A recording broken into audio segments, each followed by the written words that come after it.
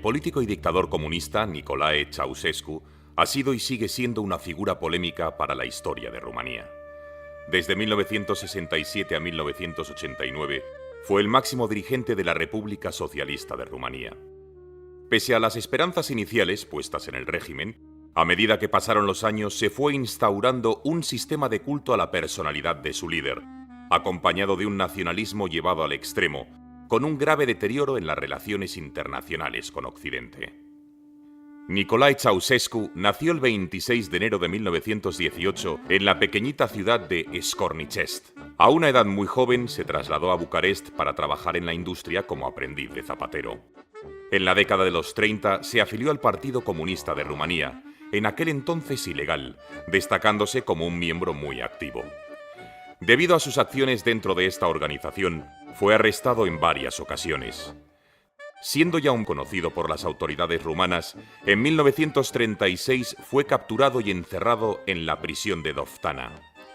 Durante ese tiempo encarcelado, aprovechó un permiso para conocer a Elena, la que sería posteriormente su futura esposa y mano derecha. En 1943 fue llevado al campo de concentración de Târgu Jiu, donde compartió celda con Gheorghe Gheorghiu Dej, otro destacado líder comunista.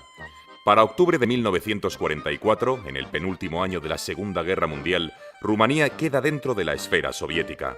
Nicolae había escapado de prisión y entre los años 1944 y 1945 ocupó el puesto de secretario de la Unión de la Juventud Comunista. Dentro del partido, el joven Nicolae iría acaparando poder e influencia. En 1946, los comunistas y sus aliados ganaron unas elecciones con sospechas de fraude. Al año siguiente se hicieron con el poder, desmantelando la monarquía de Rumanía. Nicolae pasó a escalar sucesivos puestos dentro del Partido Comunista Rumano. Algunos de sus cargos más importantes fueron el de ministro de Agricultura, viceministro de las Fuerzas Armadas y viceministro de Defensa bajo el gobierno de Gheorghe Gheorghiu Dej. En 1952 entró a formar parte del Comité Central del Partido Comunista Rumano. Finalmente, en 1965, se convirtió en el líder de este partido tras la muerte de Gheorghe Gheorghiu Dej y 2 años después alcanzó la presidencia del Consejo de Estado, máximo cargo del gobierno. Había empezado una nueva etapa en la historia de Rumanía. La trayectoria política de Ceausescu no estuvo exenta de controversia. También incluso dentro del Pacto de Varsovia, que fue un acuerdo de cooperación militar creado en 1955 por la URSS y los países del bloque del Este. Su labor como gobernante estuvo íntimamente ligada al papel que ejerció su mujer Elena, compartiendo ambos una desmedida ambición por el poder. Pese a pertenecer Rumanía teóricamente a la órbita de la Unión Soviética, Ceausescu marcó su propio camino criticando la actuación de sus aliados, como por ejemplo en la Primavera de Praga de 1968. Durante muchos años fue considerado como el tercer rupturista, junto al yugoslavo Tito y al albano Enver Hoxha. Desde el bloque soviético a Nicolae Ceausescu se le llegó a considerar como una oveja descarriada. Aunque nunca rompió formalmente relaciones con la URSS, estas desavenencias le sirvieron como pretexto para un aparente acercamiento hacia el oeste. Prueba de ello fueron las frecuentes visitas de importantes mandatarios occidentales, como la del francés de Gaulle en 1968 o la del presidente estadounidense Richard Nixon en 1969. También es destacable la visita del dirigente comunista español Santiago Carrillo, persona muy cercana a Ceausescu. Rumanía fue uno de los escasos países comunistas en participar en los Juegos Olímpicos de Los Ángeles en 1984, donde consiguió un envidiable medallero. Por estas razones, muchos veían al líder rumano como un decidido aperturista. Pero a pesar de estos gestos tan amistosos, dentro de la propia Rumanía sus verdaderas intenciones eran más bien otras. Nicolae Ceausescu instauró un férreo culto a su personalidad, denominándose a sí mismo como el conductor, conductor del pueblo, e incluso portó un cetro hecho a su medida. Otros calificativos igualmente significativos fueron genio de los Cárpatos, Danubio del pensamiento, héroe del trabajo social, personalidad excepcional del mundo contemporáneo.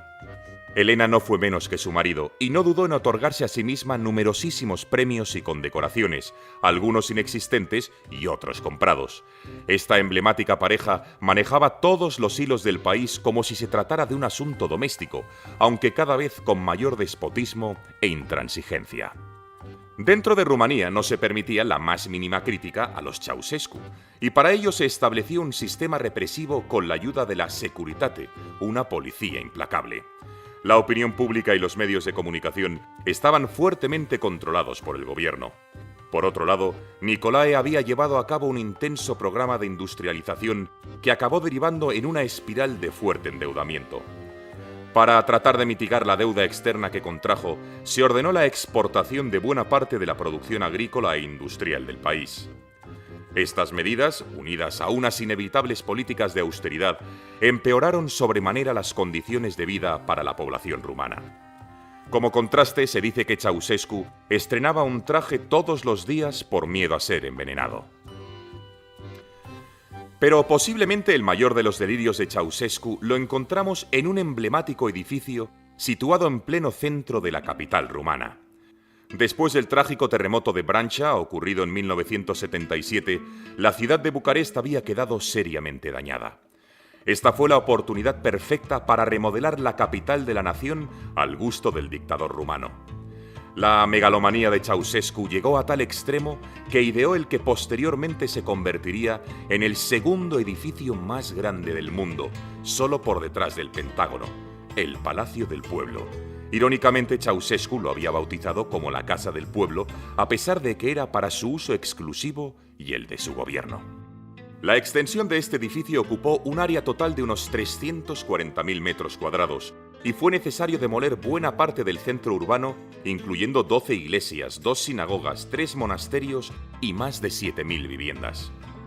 Toda una muestra de poder absoluto en contraste con las miserias del populacho: racionamiento de comida, colas en las tiendas de alimentación, cortes de electricidad, agua caliente una vez a la semana.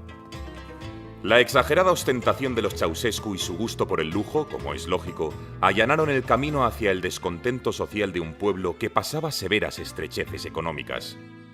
Actualmente el Palacio del Pueblo es la sede del Parlamento de Rumanía, aunque debido a su escala, la mayoría de sus habitaciones se hallan todavía vacías en espera de poder darles un uso en el futuro.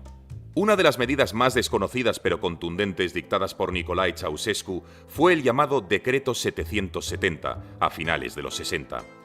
A través de este decreto, se prohibió el aborto y la contracepción en mujeres menores de 40 años. El objetivo final de esta medida era aumentar la población de Rumanía en un 50% en el transcurso de una década. Pese a las dificultades económicas de la mayoría de la población, el gobierno rumano motivó a todas las parejas jóvenes a tener cuantos más hijos mejor. A los niños nacidos durante este periodo se les conoció popularmente como los niños del decreto. Las consecuencias del decreto fueron nefastas.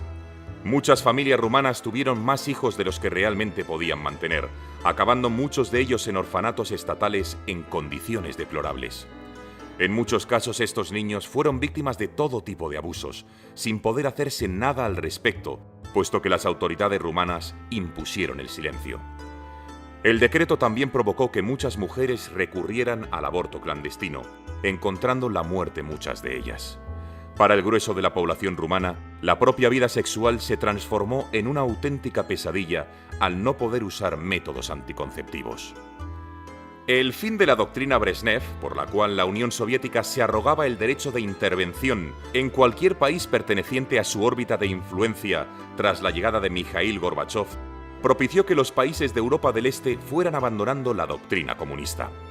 La caída del muro de Berlín en 1989 marcó un antes y un después durante este proceso. El 16 de diciembre de 1989 empezaron las protestas en Timișoara contra Nicolae Ceausescu, desencadenadas por el desahucio del pastor luterano Laszlo Tokes. Más tarde, dichas protestas se extendieron a otras ciudades hasta llegar a la capital, Bucarest. Ceausescu trató de contrarrestar estos desencuentros mediante un discurso que tuvo que ser interrumpido por los constantes abucheos. Se acabó empleando la represión violenta contra los manifestantes descontentos con el régimen. Y se recurrió a la policía política y al ejército, consiguiendo acrecentar todavía más las protestas, avivándose el sentimiento de rechazo contra Nicolae y Elena Ceausescu. Las acciones del dictador rumano y su mujer dieron como resultado más de 1.100 muertos y 3.400 heridos, aunque las cifras varían enormemente según la fuente consultada. Ante este baño de sangre, el propio ejército se rebeló contra los principales dirigentes de Rumanía, ordenando su detención y siendo trasladados en secreto a una base militar a 80 kilómetros de la capital. Nicolae Ceausescu fue sumariamente juzgado y ejecutado junto con su esposa Elena en la base de Târgoviște, en circunstancias poco aclaradas a finales de 1989, un 25 de diciembre, curiosamente el día de Navidad. Ambos eran ateos. Mientras era conducida al patíbulo, exclamó con gran elocuencia y patriotismo: «¡Viva la República Socialista de Rumanía! ¡La historia me vengará!». En esto se pareció al famoso alegato de Fidel Castro en 1953: «La historia me absolverá». Murió fusilado mientras entonaba la Internacional, aunque de esto existen diferentes versiones. A su esposa Elena hubo que rematarla. Tras estas dos muertes tan dramáticas, Rumanía inició el camino hacia la democracia y la economía de libre mercado, no sin encontrar serias dificultades. Más adelante, en el año 2004, Rumanía se integró en la OTAN y 3 años después en la Unión Europea junto con su vecina Bulgaria. Pese a esta apertura hacia Occidente, no han sido pocos los desafíos a los que ha tenido que enfrentarse la población rumana. La compleja situación económica, unida a la fuerte emigración hacia los países de Europa Occidental en busca de mejores oportunidades, ha provocado paradójicamente que muchos rumanos miren con cierta nostalgia los tiempos de su antiguo dictador y faro luminoso. Por otra parte, también se encuentran aquellas víctimas del régimen que siguen reclamando justicia a día de hoy. Como vemos, la herida sigue abierta entre los habitantes de Rumanía.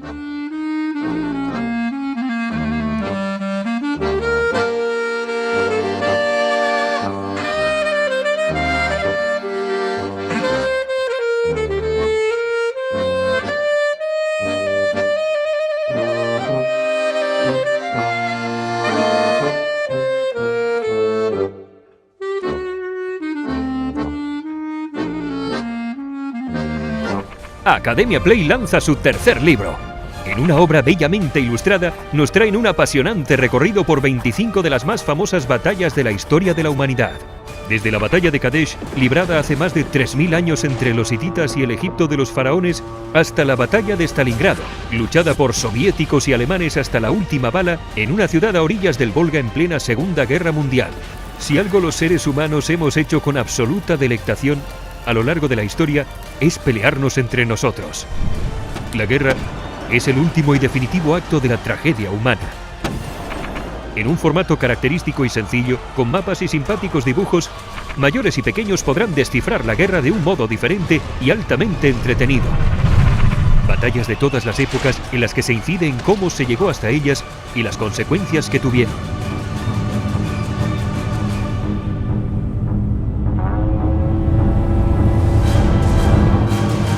Academia Play es uno de los canales didácticos de YouTube más exitosos y con más seguidores.